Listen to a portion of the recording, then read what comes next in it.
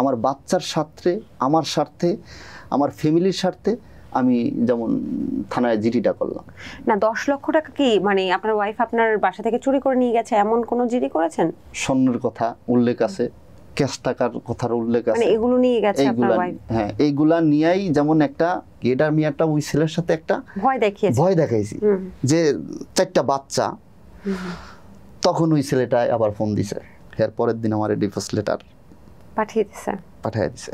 পরবর্তীতে শুনলাম তাগো বিয়ে, যেমন আমার ডিভোর্স না দেওয়ারই আগেই তাগো, মানে আপনি হাজবেন্ড হিসেবে এক্সিস্টিং থাকাকালীন তিনি আরেকটা বিয়ে করে ফেলেছেন। আমি জানতে পারছি পরে। তখন আমি ওই লোকে গোটে জিজ্ঞেস করলাম, এই যে আমাদের এলাকার যে ময়মুরব্বী, তার কাছে জিজ্ঞেস করে যখন ডিভোর্সের কাগজটা আমার ফোন দিছে যে আমির তোমার একটা দুঃসংবাদ। আমি বুঝে লাইছি যে কি কইতে চায়, কারণ সে তো তাগো একটা